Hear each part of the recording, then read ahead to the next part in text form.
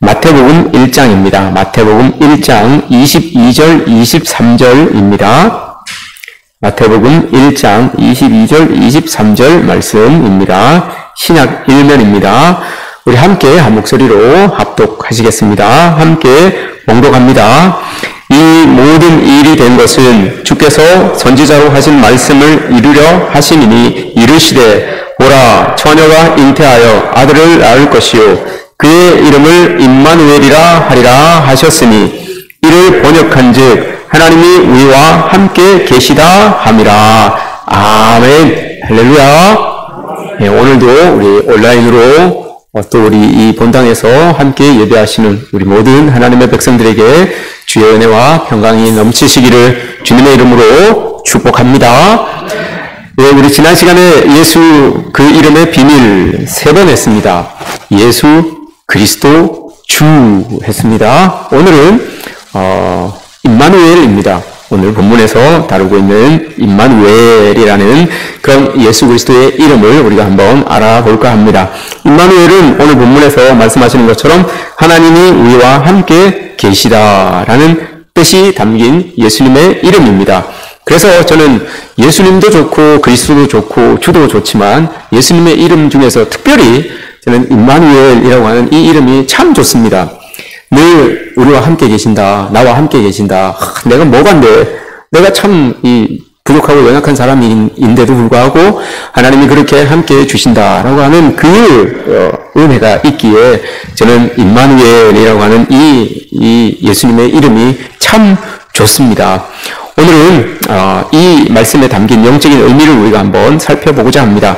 오늘 말씀은 정혼자 마리아가 임신을 했다는 말을 듣고 고민하고 있는 요셉에게 하나님께서 하나님의 천사가 하나님의 말씀을 이 꿈에 이렇게 요셉의 꿈에 나타나서 전해주는 것입니다. 태어나실 아기 예수에 관한 그런 예언을 이렇게 해주고 있는 말씀입니다. 예수님께서 임마누엘 아기 예수님으로 이 땅에 오시기 전까지 하나님은 여러분 사람들이 인식하고 있기에 하나님은 너무 크신 분이고 또 너무 멀리 계신 분이었어요.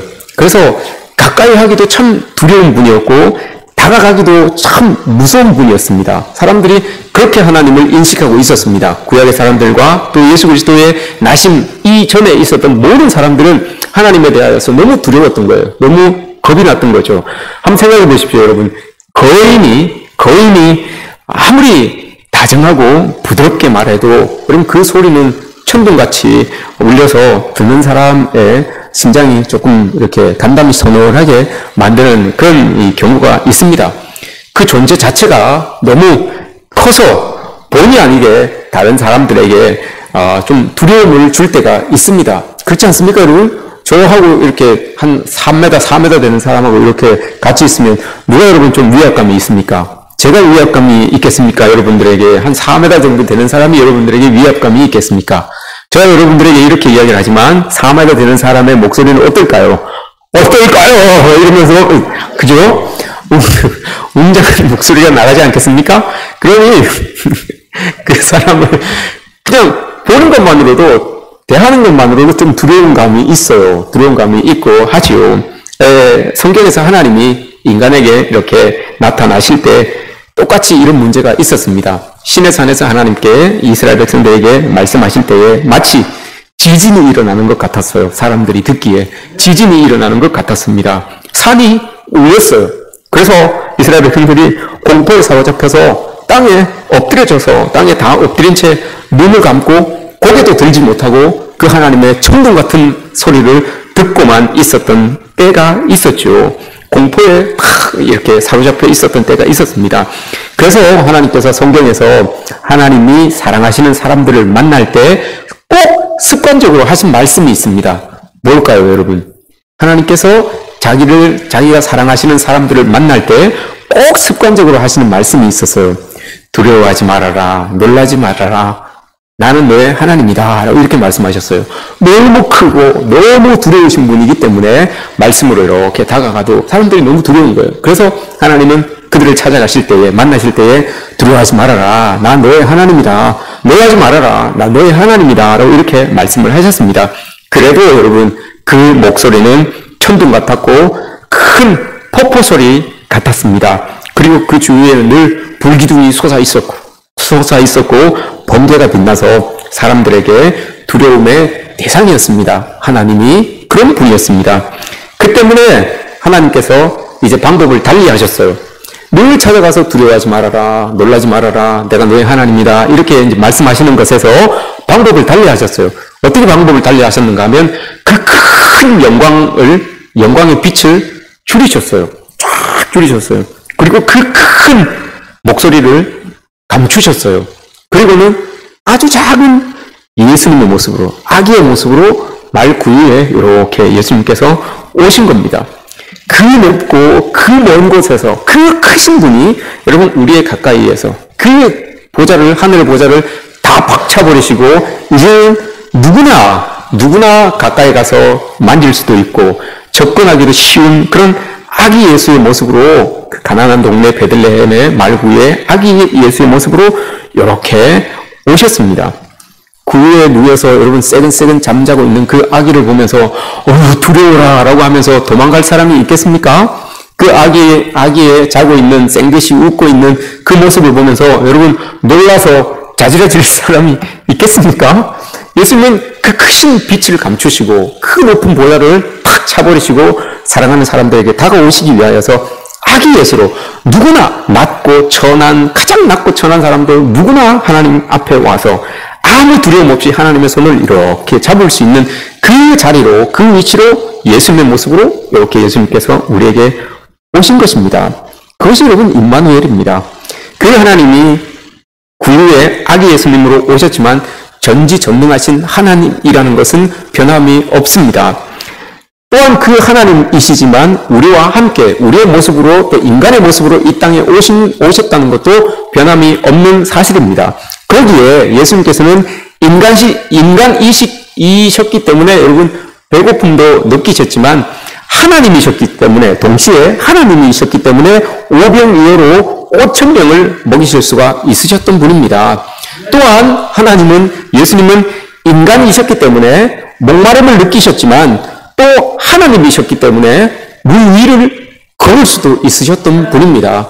또 예수님은 인간이셨기 때문에 여러분 인간이 당하는 그 고통으로 십자가에 죽으셨지만 하나님이셨기 때문에 죽음의 권세를 깨뜨리고 부활하실 수가 있으셨던 것입니다.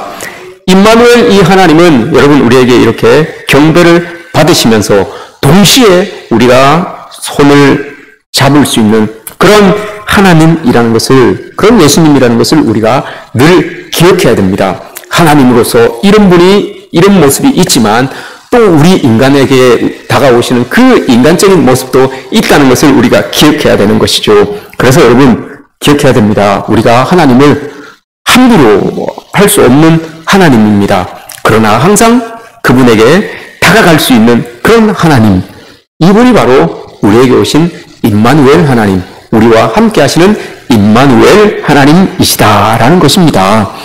이 본문, 오늘 본문은 오래전 구약 이사야 선지자의 예언을 통해서 우리에게 주신 말씀입니다. 이사야 7장 14절에서 처녀가 잉태하여 아들을 낳을 것입니다. 그 이름을 임마누엘이라 하리라 라고 하셨던 그 약속의 말씀대로 오늘 이 말씀이 우리에게 주어진 겁니다. 그런데 그 예언의 말씀이 기록된 때를 보면, 임마누엘이라고 하는 그 말씀이 기록된 때를 보면 하나님의 백성들이, 이스라엘 하나님의 백성들이 외세의 침공을 받아서 비참하게 유린을 당하고 있던 때였습니다. 힘들고 어려운 때에 당시 유다 왕이 너무나 무능하였죠. 너무너무 이 우상숭배를 일삼는 그런 악한 왕이었습니다. 그러다 보니 악하고 무능한 왕이 통치하는 그 나라의 백성들, 말할 것도 없이 여러분 너무 고통스러웠습니다. 너무 힘들고 너무 어려웠습니다. 정치적으로, 경제적으로, 교육이나 무슨 종교나 총체적으로 다 난국에 빠져 있었던 그런 상황이었어요. 그때 힘든 시기를 살아가고 있는 이스라엘 백성들에게 하나님께서 소망의 메시지로 이 말씀을 주신 것입니다. 임마누엘, 하나님이 너희와 함께 하실 것이다 라고 하는 이 소망의 메시지를 주신 거예요. 여러분 한번 생각해 보십시오. 우리가 쉽게 생각합니다. 쉽게 생각할 때 우리 일들이 참 잘 되고 참 좋은 일들이 많이 생기고 기쁜 일들이 많고 이럴 때 우리가 은연 중에 이렇게 하나님께 고백하기를 하나님이 나와 함께하여 주셔서 참 일이 잘 되고 형통하고 이렇다라고 이렇게 우리가 고백할 때가 참 많잖아요. 그런데 하나님께서 임마누엘이라는 이 말씀을, 이 예언의 말씀을 우리에게 주신 때는 형통하고 잘되고 기쁘고 즐거울 때 이 말씀을 주신 것이 아니라 이스라엘 백성들이 참 어렵고 힘들 때에 소망을 둘 곳을 찾지 못하고 있을 때에 그때 여러분 임마누엘이라고 하는 이 소망의 말씀, 이 위로의 말씀을 주셨다는 것을 우리가 마음속에 깊이 새겨야 됩니다. 어렵고 고통스러운 순간에 하나님께서 우리와 함께 계심으로 말미암아 우리 그 어려움을 이겨낼 수 있다, 버텨낼 수 있다라고 하는 것, 하나님이 우리의 어려운 상황 속에서 함께 하신다는 것, 그걸 확신시켜 주려고 예수님의 이름인 이 임마누엘을 우리에게 주셨다는 겁니다. 어떤 상황 속에서 하나님의 백성을 혼자 두지 않는다는 것, 하나님의 자녀들을 혼자 두지 않는다는 것, 이걸 여러분 확인시켜 주시기 위하여서 임마누엘이라고 하는 그 말씀을 우리에게 주신 거예요. 그리고 여러분 이 임마누엘이라고 하는 이 예수님의 이름이 여러분 얼마나 고맙습니까? 눈물 깊게 고맙죠. 내가 무엇이 한데 이런 상황 속에서도 하나님이 나와 함께하여 주시니 얼마나 여러분 고맙습니까? 다른 사람들은 내가 약할 때에 여러분 예수님이 내 곁에 태산같이 서 계신다는데 얼마나 고맙습니까 여러분? 내가 막 연약하여서 흔들흔들 거리고 있는데 하나님께서 내 옆에서 여러분 태산같이 서서 나를 꼭 잡아주시고 나와 함께 계신다니 이 얼마나 여러분 감격스럽고 감동스러운 말씀입니까? 다른 사람들은 다 여러분 나의 연약하고 부족한 부분으로 인하여서 배신하고 등 돌리고 또 돌을 던지는 그런 이 상황 속에 있을지라도 돌이 날아오는 그 상황이 나에게 주어질지라도 예수님이 나와 함께 하신다는 거죠. 그 날아오는 돌을 예수님이 대신 맞을지언정 여러분 나를 떠나지 않는다는 거예요. 예수님이 나와 함께 하신다는 거예요. 부족해도 연약해도 하나님이 나를 향하여 날아오는 그 돌을 맞을지언정 나를 떠나지는 않으시는 그 하나님을 오늘 우리가 지금 보고 있는 거예요. 임마누엘 하나님 얼마나 여러분 고맙고 감사합니까? 이런 분이 여러분 임마누엘 예수님이에요. 그럼 우리가 한번 때때로 생각할 때가 있습니다. 예수님이 우리 사정을 아실까? 우리 살아가는 삶의 자리에서 일어나는 일들을 예수님이 아실까? 하나님이 우리 마음을 좀 아실까? 이런 궁금증들이, 이런 모습들이 생길 때가 있습니다. 인간 사정을 어떻게 하나님이 아시겠어? 예수님이 어떻게 아시겠어? 라고 이렇게 생각할 때가 있죠. 그러나 여러분, 우리가 임마누엘 주님 앞에서는 우리가 이렇게 이야기할 수가 없습니다. 예수님께서 나사렛 시골의 가난한 몫으로 여러분 30년을 사셨습니다. 가난한 몫으로 30년을 사시면서 파김치가 되도록 여러분 종일 일을 해서 먹고 사는 것이 얼마나 고달픈지를 아세요? 그분도 얼마나 꼬장꼬장한 사람들이 와서 불평하고 불만하고 깐깐하게 따지는 고객들을 대하면서 얼마나 여러분 마음 상하는 게 어떤 것인지 예수님도 아세요. 사람들 틈바구니에서 살아남기 위해서 어떻게 해야 되는지 치열하게 싸워야 되는 그런 모습들 예수님이 여러분 아십니다. 뿐만 아니라 사람들에게 예수님이 끊임없이 오해를 받으시고 비난을 당하시잖아요. 믿었던 사람들에게 배신도 당하고 등돌림도 당하고 불법 재판도 받게 됩니다. 옥에도 갇혀 보십니다. 억울하게 채찍도 맞아 보시고 또 십자가의 고통도 당해 보시기도 합니다. 이런 인간적인 삶을 낱낱이 다 예수님께서 살아보셨기 때문에 임마누엘 주님은 우리의 고통에 공감하실 수가 있으신 분이에요. 이런 모습들을 다 살아보셨기 때문에 우리를 위해서 하나님께 중보하실 수도 있으신 분입니다. 우리의 상황을 모르시면 중보하지 못하시죠. 우리의 고통을 모르시면 여러분 우리의 고통에 공감해 주지 못하실 거예요. 그러나 예수님도 이것을 다 당해보셨기 때문에 우리의 고통에 공감도 해주시고 또 우리를 위해서 하나님께 중보도 해주신다는 것입니다. 또한 우리가 당하는 그 시험도 예수님께서는 당해보셨기 때문에 우리의 사정을 잘 아시고 헤아려 주시고 이해도 해 주십니다. 그리고 그 시험을 이길 수 있도록 우리를 도와주시죠. 히브리서 2장 18절 말씀에서 그렇게 말씀합니다. 그가 시험을 받아 고난을 당하였은즉 시험 받는 자들을 능히 도우실 수 있느니라 이렇게 말씀하셨습니다. 예수님 시험 당해보셨기 때문에 우리가 시험 중에 있어도 그 시험을 넉넉히 이길 수 있도록 우리를 도와주시는 분이 될 수 있다는 겁니다.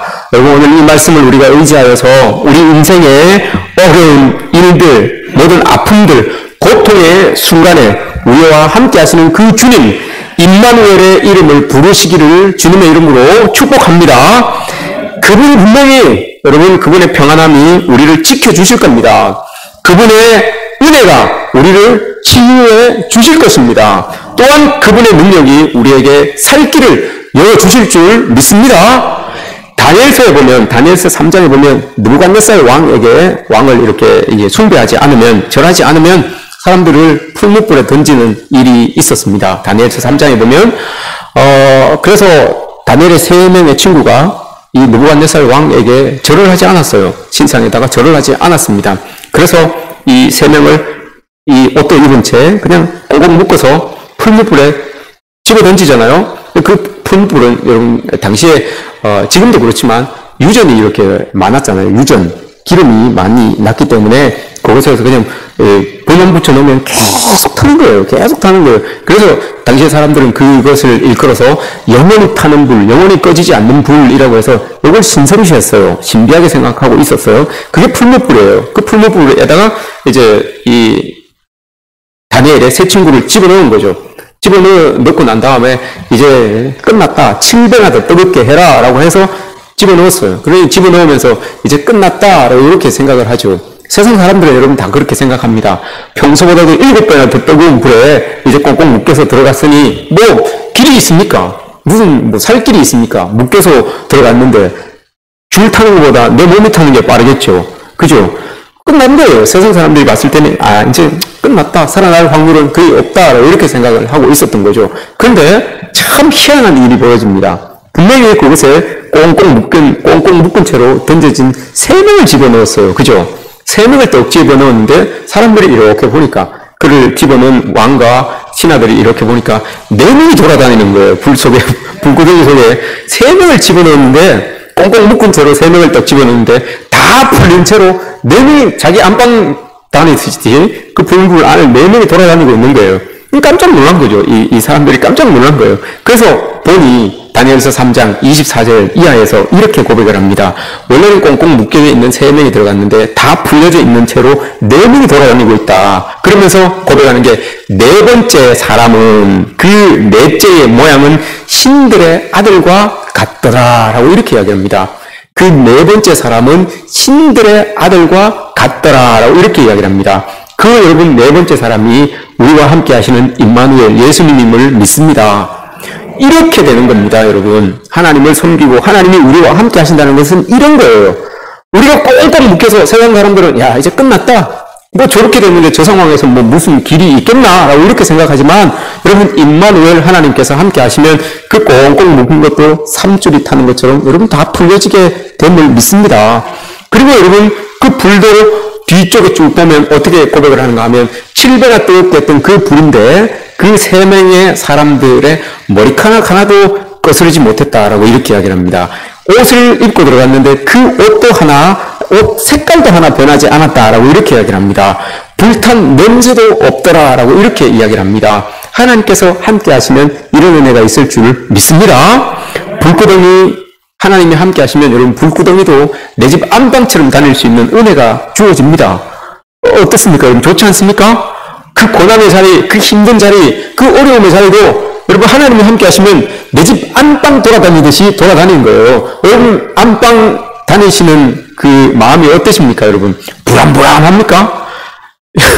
이 안방에 이렇게 들어가시면서 오늘 저 안방에 뭐가 있을 텐데 막 두렵고 떨리고 막 무섭고 그렇습니까? 그렇지 않잖아요. 안방이라고 생각하면 편히 쉴 수 있고 내 마음대로 할 수 있고 나 막 이렇게 널브러져 있을 수도 있고 세상 편한 곳이 내 안방 아닙니까? 내가 있는 안방 아닙니까? 하나님이 함께 하시면 고통의 자리, 여러분 불구덩이 같은 자리일지라도 내 집 안방처럼 그렇게 나다닐 수 있다라고 이렇게 말씀을 합니다. 하나님이 함께 하시면 여러분 세상 사람들이 꽁꽁 묶었던 그 결박에서도 자유하게 된다는 것을 오늘 말씀이 전해주고 있습니다. 이사야 선지자가 이사야 43장에서 똑같이 이야기를 합니다. 43장 2절에서 네가 물 가운데로 지날지라도 내가 너와 함께 할 것이라. 그럴 때에 물이 너를 침몰하지 못할 것이며 네가 불 가운데로 지날 때에 타지도 않을 것이요 불꽃이 너를 사르지도 못하리라. 이사야 선지자가 이렇게 말씀을 하셨습니다. 여러분, 우리가 하나님을 믿고 또 하나님을 따르고 하면 우리에게 고통이 여러분 없을 것 같죠? 우리에게 여러분 이런 어려운 일들이 없을 것 같죠? 있어요.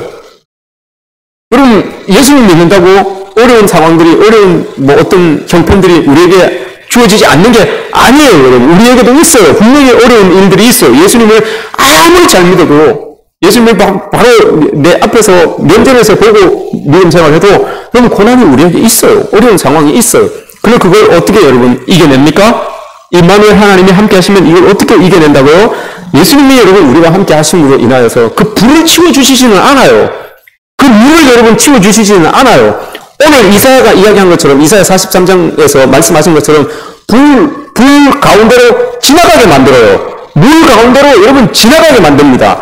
그냥 지나가게 하는 것이 아니라 혼자 지나가게 하는 것이 아니라 하나님 함께함으로 함께 지나가게 하심으로 그 물이 우리를 침몰하지 못하게 만드시는 것이고, 불구덩이도 함께 하나님이 함께 지나가 주심으로 말미암아서 그 불꽃이 우리를 사르지 못하게 만드신다는 거예요. 그 불은 여전히 있습니다, 여러분. 우리 앞에 고난이나 어려움은 여전히 있어요. 물도 그대로 있고 불도 그대로 있어요. 그러나 하나님이 함께해 주셔서 그것을 같이 넘어가 주신다는 겁니다. 같이 통과해 주신다는 겁니다. 그때 물이 우리를 여러분 해치 못하고 이 불이 우리를 사르지 못하는 그런 은혜가 있는 거죠. 임마누엘 주님은 우리의 고난 속에서 우리가 살아남고 승리하도록 함께해 주시는 분이에요. 그걸 치워주시는 분이 아니라, 그걸 얻게 만들어주시는 분이 아니라 그 속을 지나가면서 이길 수 있도록, 승리할 수 있도록 도와주시는 분이 함께 하시면서 우리를 도와주시는 분이 임마누엘 하나님이다 라는 것을 우리가 기억해야 됩니다.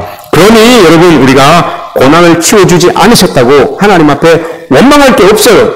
하나님 앞에 불만을 표할 게 없습니다. 그러지 말고 그냥 고난 가운데 함께 해 주시는 그 임마누엘 하나님을 부르시면 되는 거예요.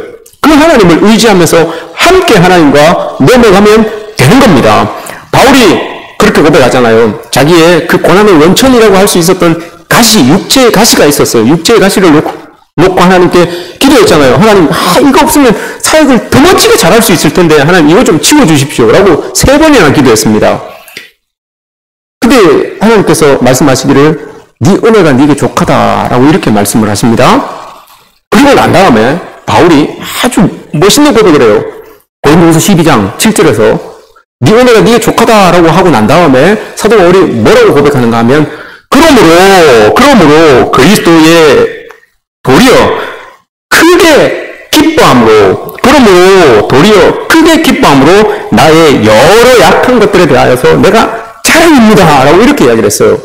그러므로 도리어 크게 기뻐함으로 나의 여러 약한 것들에 대해서 내가 자랑합니다 라고 이렇게 이야기를 했어요. 자기가 약한 것, 자기가 고통스러워하는 것, 그걸 하나님께 치워주십시오 라고 이렇게 했는데 하나님이 네 은혜가 네게 족하다 라고 이렇게 이야기를 했어요. 그러니 사도 바울이 벌떡 깨닫고는 이제 내가 정말 더 기뻐하고 더 기뻐할 수 있는 것은 나의 이 여러 약한 것들이 나에게 부족한 게 너무 많은데 그 부족한 것들이 너무너무 많은 것들, 그걸 더 자랑합니다. 더 자랑스럽게 생각합니다. 더 나의 이 연약한 것에 대하여서, 나의 연약한 것에 대하여서, 부족한 것에 대하여서 이제 주눅들지 아니하고 이것 때문에 막 기죽지 아니하고 이걸 더 자랑하면서 살아가야 되겠습니다 라고 이렇게 이야기를 합니다.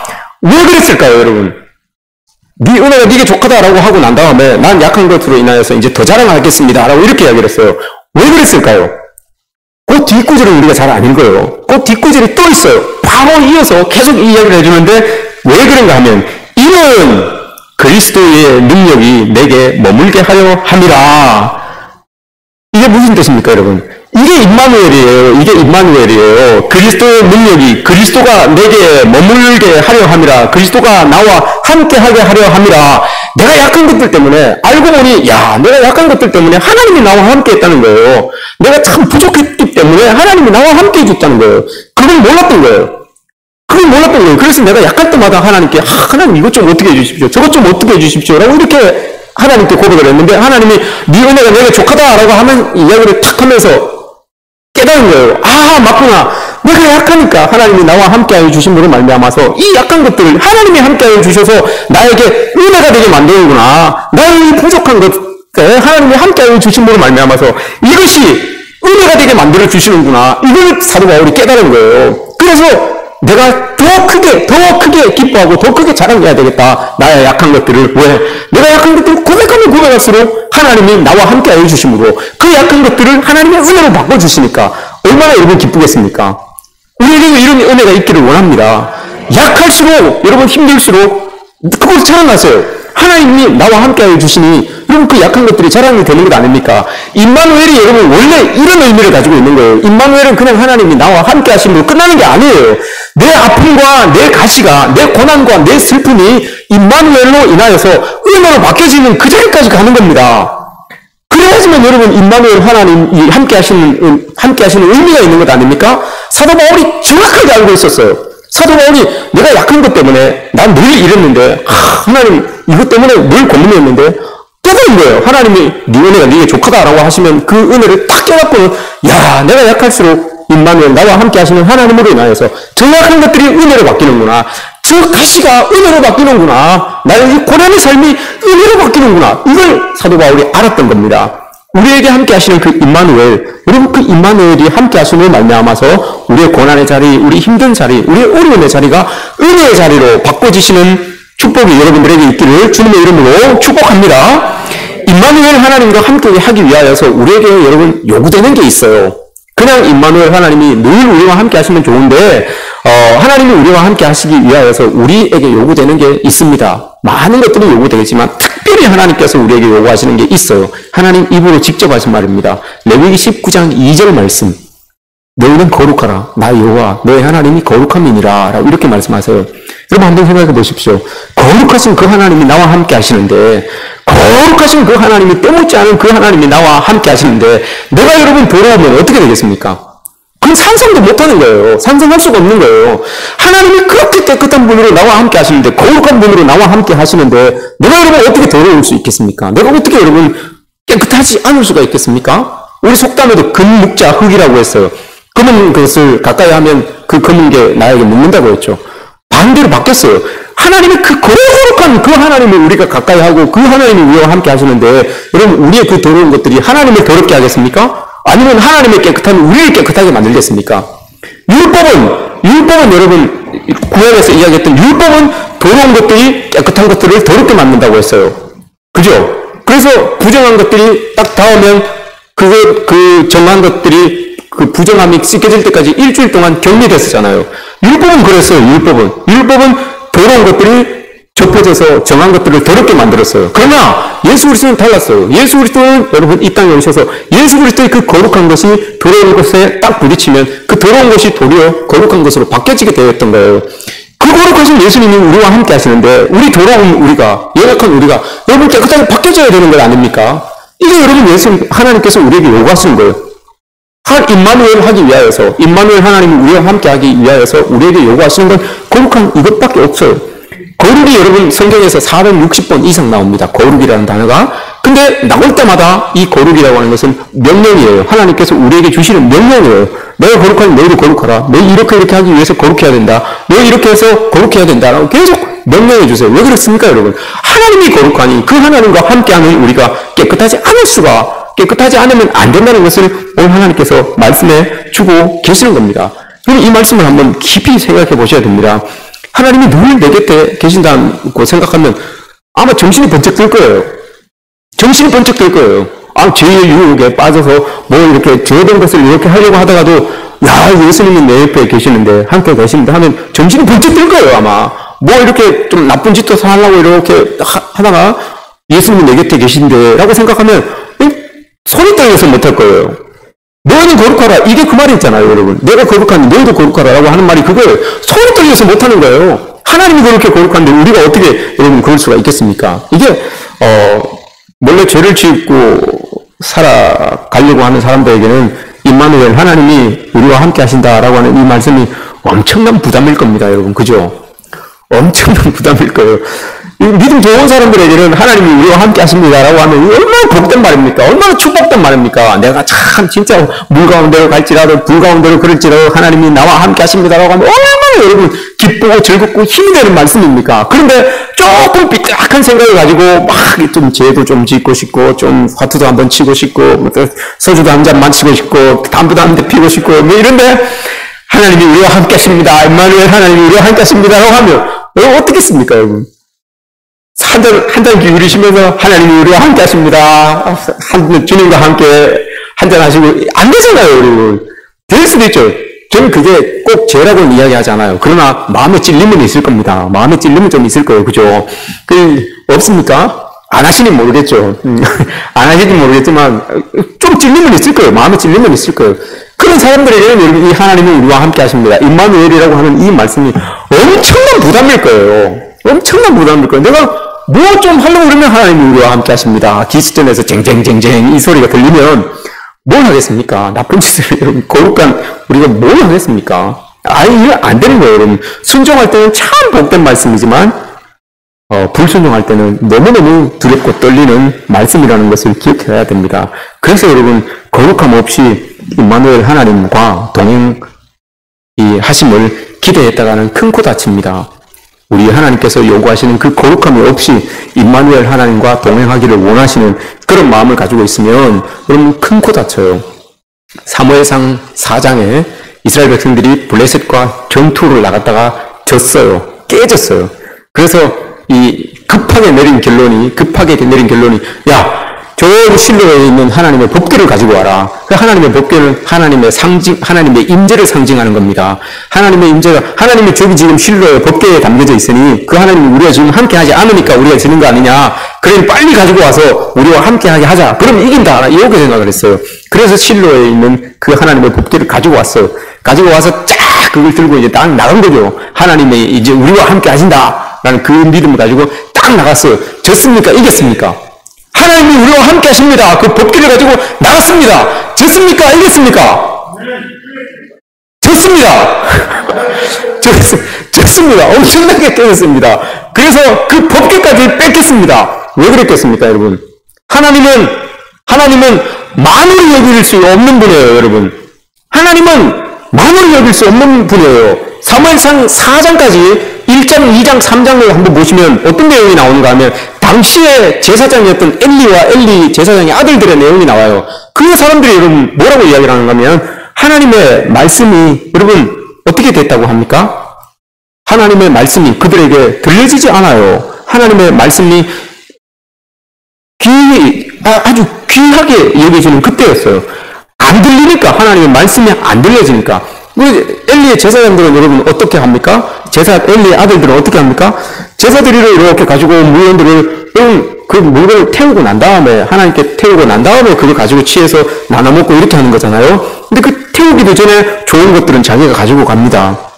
삶기도 전에 갈고리로 이렇게 건져가지고 좋은 것들은 자기가 가져가요. 그게 이스라엘의 모습이었어요.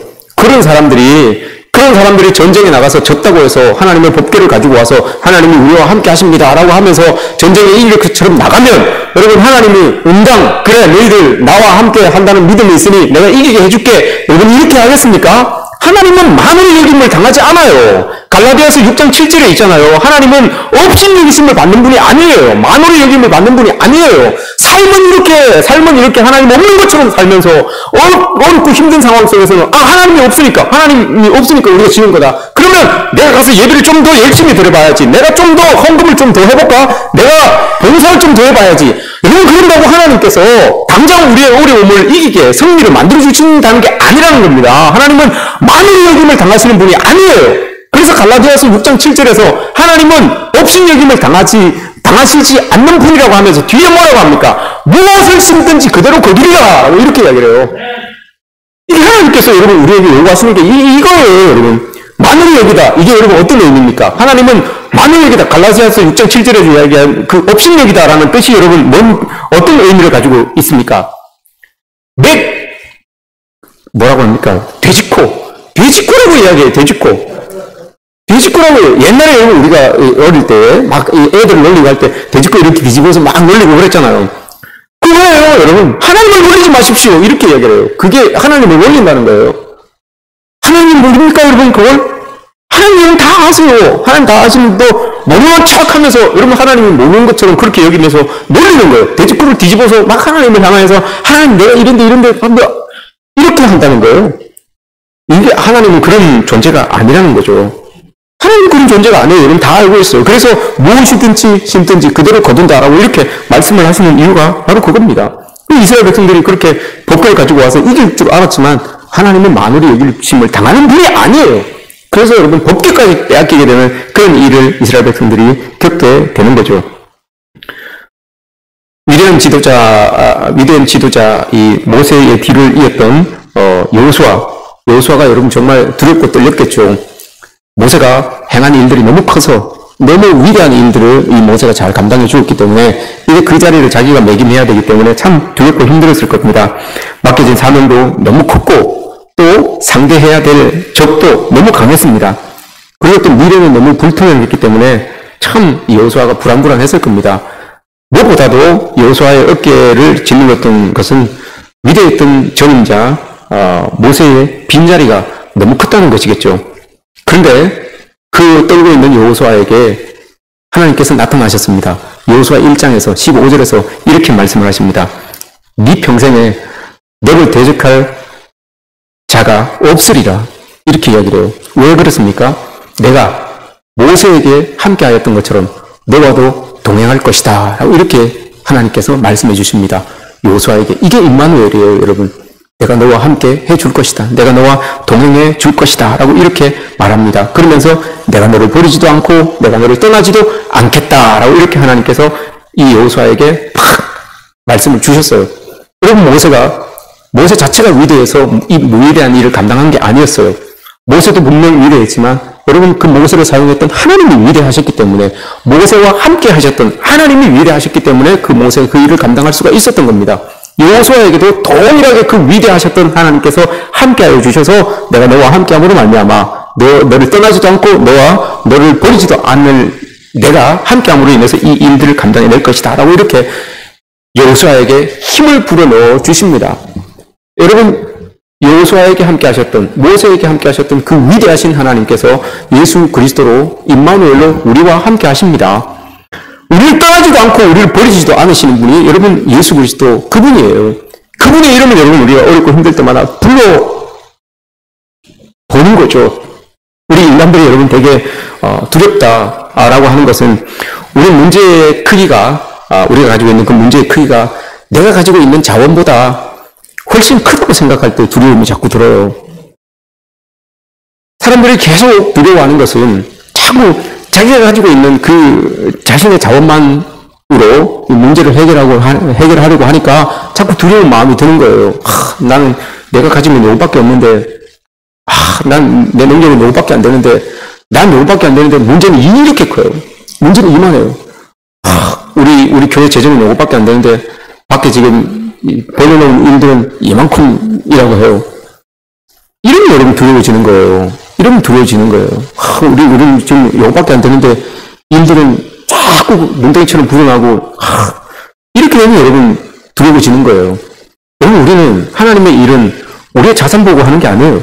우리 자신 보고 하는 게 아니에요. 내가 가지고 있는 그 자신, 내가 가지고 있는 그 자원을 보고 하는 게 아닙니다. 모세와 함께하여 주셨던, 여호수아와 함께하여 주셨던 그 하나님의 약속을 믿고 가는 겁니다. 내가 모세에게 함께했던 것처럼 너에게도 함께하겠다라고 약속을 주셨어요. 그 약속을 주시면서 뭐라고 합니까? 내가 떠나지도 않고 버리지도 않겠다라고 합니다.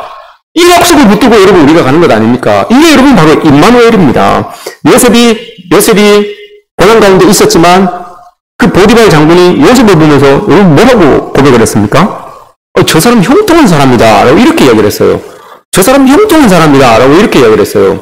그 형통하다는 게 어떤 의미입니까 여러분? 힘들고 고난이 문제가 없고 평온하고 이게 여러분 형통한 게 아니에요. 모든 어려움이 있어도 문제가 있어도 극복하고 승리하는 거 이게 형통하다라는 말입니다. 형통하다라는 말.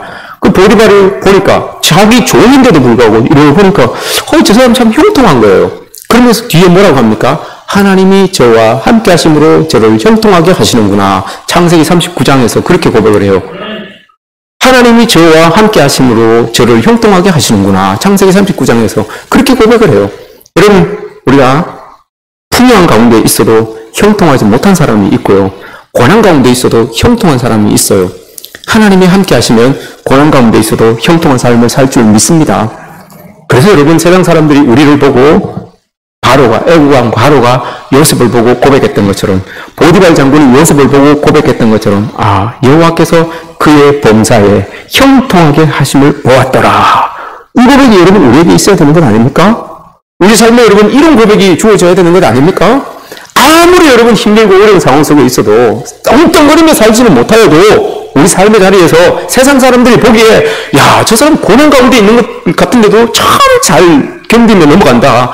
참 어려운 상황 속에 있는 것 같은데도 참 길을 찾아서 참 잘 간다. 그러면서 고백하기를 여호와께서 그의 범사에 형통하게 하심을 내가 보고 있다 라고 이렇게 세상 사람들이 고백하는 그런 우리의 삶이 되어야 되는 것 아니겠습니까? 이게 여러분 임마누엘로 함께 하시는, 하나님이 함께 하시는 우리의 삶입니다. 이런 삶이 되어서 세상 사람들로 인하여서 여러분들의 모습 속에서 하나님이 함께 하심으로 형통함이 보여진다라고 고백되어지는 그런 삶이 되시는 여러분들 되시기를 주님의 이름으로 축복합니다. 기도하겠습니다. 하나님 감사합니다. 우리 부족하고 연약한 사람들과 함께 하기 위하여서 임마누엘로 우리에게 와주신 하나님 참 감사합니다. 우리 부족함을 하나님이 함께하여 주심으로 말미암아 이것이 은혜로 바뀌게 하시고 우리 고난과 우리의 가시들이 하나님이 함께하여 주심으로 말미암아 은혜로 바뀌어지는 그런 삶을 우리 모두가 살게 하여 주시옵소서. 감사드리며 예수님의 이름으로 기도드립니다. 아멘. 찬양 드리겠습니다.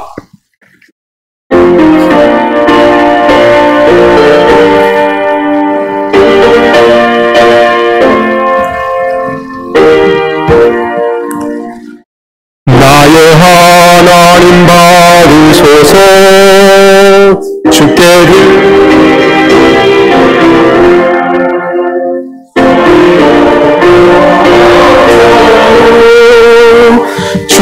드리네. 아멘. 주님 감사합니다. 일주일 동안도 주의 은혜 가운데 잘 살게 하셨다가 예배하여 주셔서 감사합니다. 우리의 삶의 모든 자리가 하나님이 주권자로서 다스리는 자리임을 고백합니다. 그 삶의 자리에서 주어진 귀한 열매를 하나님께 올려드립니다. 주님 기쁘게 받으시고 또 이 열매가 쓰여지는 곳곳마다 하나님의 영광을 드러내어 주시옵소서. 예물과 함께 우리 마음의 기도도 올려드립니다. 하나님 우리 기도를 들으시고 우리 처지와 형편 따라 도우시는 하나님의 은혜를 만끽하며 사는 우리 모든 성도들 되게 하여 주시옵소서. 감사드리며 예수님의 이름으로 기도드립니다. 아멘. 우리 모두 자리에서 일어나셔서 결단의 찬양 드리겠습니다.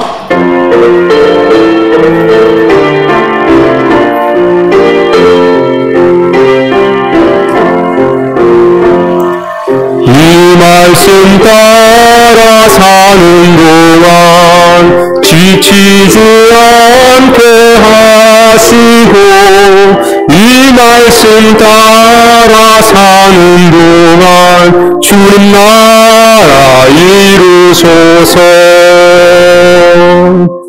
구주 예수 그리스도의 은혜와 아버지 하나님의 사랑하심과 보혜사 성령님의 이끄시고 인도하심이 임마누엘로 우리와 함께 하시는 그 하나님께서 나의 고난과 가시와 슬픔과 걱정 이 모든 것들을 은혜로 바꾸시기를 원하며 나와 함께 하신다는 것을 알고 그 주님을 따르며 그 주님과 동행하기를 원하며 나아가는 우리 모든 성도들 삶 가운데 그들의 가정과 자녀들 위해 우리 교회 위에 우리 성도들의 삶의 자리 위에 지금부터 영원토록 함께 하시기를 간절히 축원하옵나이다. 아멘.